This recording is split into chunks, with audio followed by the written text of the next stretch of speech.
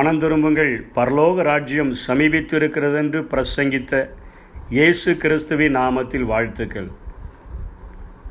கடந்த நாட்களில்தான் கிறிஸ்துவினுடைய பிறப்பை இந்த உலகம் முழுவதும் கொண்டாடினோம்.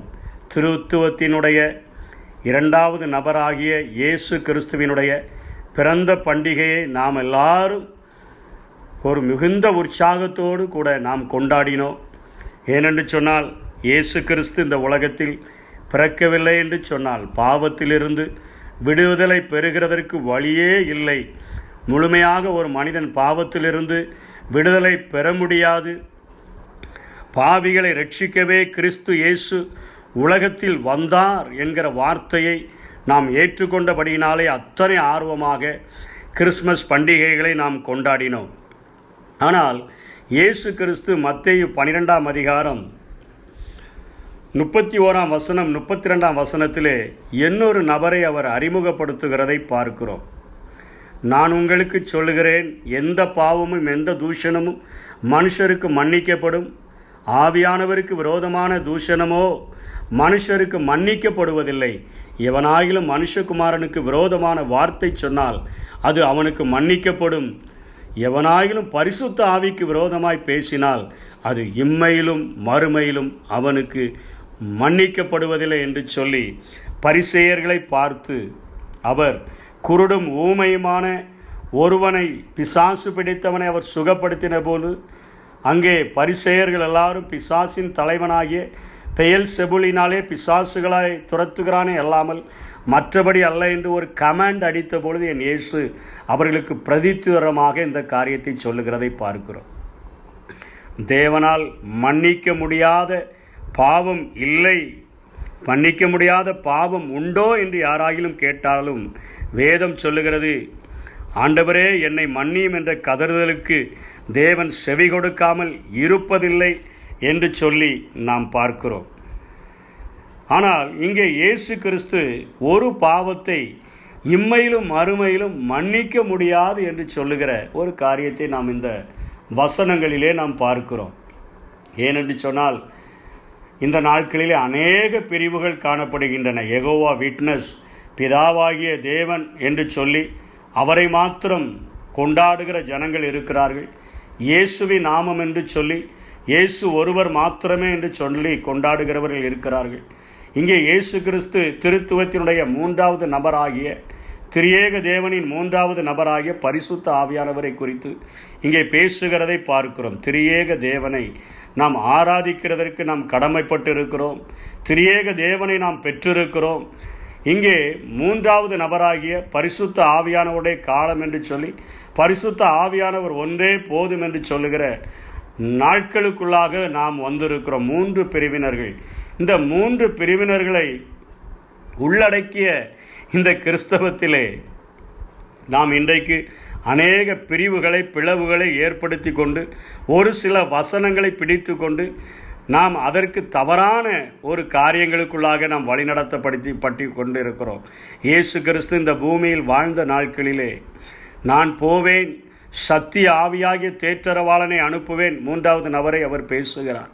அவர் வந்து பாவத்தை குறித்தும் நீதியை குறித்தும் நியாய தீர்ப்பை குறித்தும் அவர் உங்களுக்கு கண்டித்து உணர்த்துவார். வழி இதுவே, இதிலே நடவுங்கள் என்று சொல்லுகிற ஒரு சத்தத்தை கேட்டு நடக்க முடியும். பாவம் என்ன என்பது, நீதி என்ன என்பது, நியாய தீர்ப்பினுடைய கொடுமையின் காரியங்களை விளைவிக்கிறது எல்லாமே பரிசுத்த ஆவியானவர் தான் செய்கிறவராய் இருக்கிறபடியினாலே இயேசு கிறிஸ்து அவருடைய முக்கியத்துவத்தை இங்கே சொல்லுகிறதை பார்க்கிறோம். ஆனால் இன்றைக்கு இயேசுவை, பிதாவை நம்புகிற அநேகர் பரிசுத்த ஆவியானவருடைய கிரியைகளை மறுதலிக்கிறவர்களாகவே இருக்கின்றனர். இயேசு கிறிஸ்து இந்த பூமியில் வாழும் பொழுது அவரை சொன்னார், மகிமையுள்ள ஒரு ஆவியானவர், பரிசுத்த ஆவியானவர் என்மேல் தங்கி இருக்கிறார். தரித்திரர்களுக்கு சுவிசேஷத்தை பிரசங்கிக்கும்படிக்கு அவர் என்னை அனுப்பினார் என்றெல்லாம் ஆண்டவர் பேசுகிறதை பார்க்கிறோம். என்மேல் பரிசுத்த ஆவியானவர் தங்கி இருக்கிறார் என்று சொல்லுகிறார்.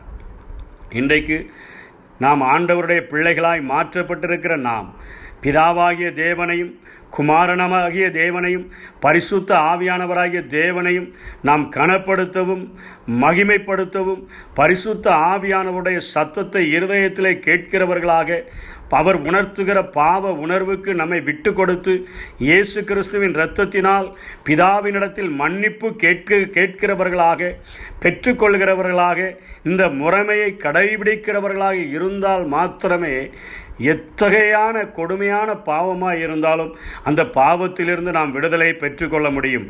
பரிசுத்த ஆவியானவர் நம்முடைய பாவங்களை அவர் உணர்த்தக்கூடியவராய் இருக்கிறார்.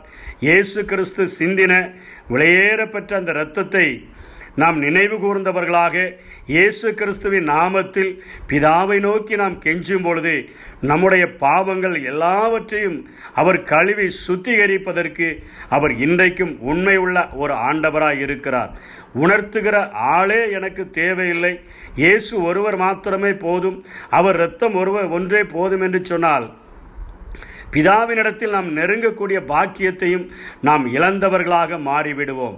ஆகவே தான் இந்த கொடுமையான பாவத்தினுடைய ஒரு காரியத்தை விலக்குவிக்கும் வண்ணமாக மூன்றாவது நபராகிய பரிசுத்த ஆவியானவரை ஏற்றுக்கொள்ளாமல் அவருக்கு விரோதமாக பேசுகிற எவனுமே என்னிடத்தில் வரவும் முடியாது, பாவ மன்னிப்பை பெற்றுக்கொள்ளவும் முடியாது, அவனுக்கு இம்மையிலும் மன்னிக்கப்படாது, மறுமையிலும் மன்னிக்கப்படாது என்கிற ஒரு ஆணித்தரமான ஒரு சத்தியத்தை என் ஆண்டவர் வெளிப்படுத்துகிறதை இங்கே பார்க்கிறோம்.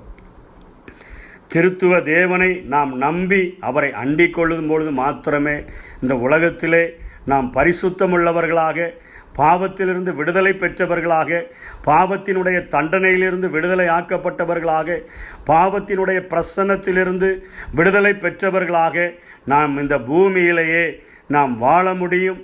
ஆகவே திரியேக தேவனை நாம் அங்கீகரித்து நாம் ஏற்றுக்கொள்ளும் பொழுது, அவருக்கு விட்டு கொடுத்து நம்முடைய வாழ்க்கையை நடத்த முற்படும் பொழுது மாத்திரமே நாம் சரியான பாதையிலே, சரியான சத்தியத்திலே, சரியான வெளிச்சத்திலே நாம் நடக்க முடியும். அநேக வேத புரட்டர்கள் எழும்பி அவரை குறித்து அநேக தவறான கருத்துக்களை பேசுகிற இந்த நாட்களிலே பிதாவாகிய தேவனையும் குமாரனாகிய இயேசு கிறிஸ்துவையும் பரிசுத்த ஆவியானவருடைய ஐக்கியத்தையும் நாம் நினைவு கூர்ந்து நாம் அந்த திரியேக தேவனை தொழுது கொள்ளும் பொழுது எந்த ஒரு சத்தியமும் நம்மை பிரித்து விடாதபடிக்கு, எந்த ஒரு சத்தியமும் நம்மை தவறுதலாக வழிநடத்தி விடாதபடிக்கு நம்மை காத்துக்கொள்ள முடியும்.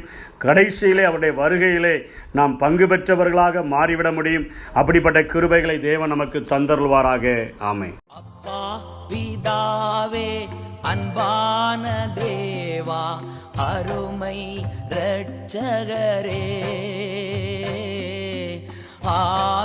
ஆவியானவரே, அப்பா பிதாவே, அன்பான தேவா, அருமை இரட்சகரே, ஆவியானவரே,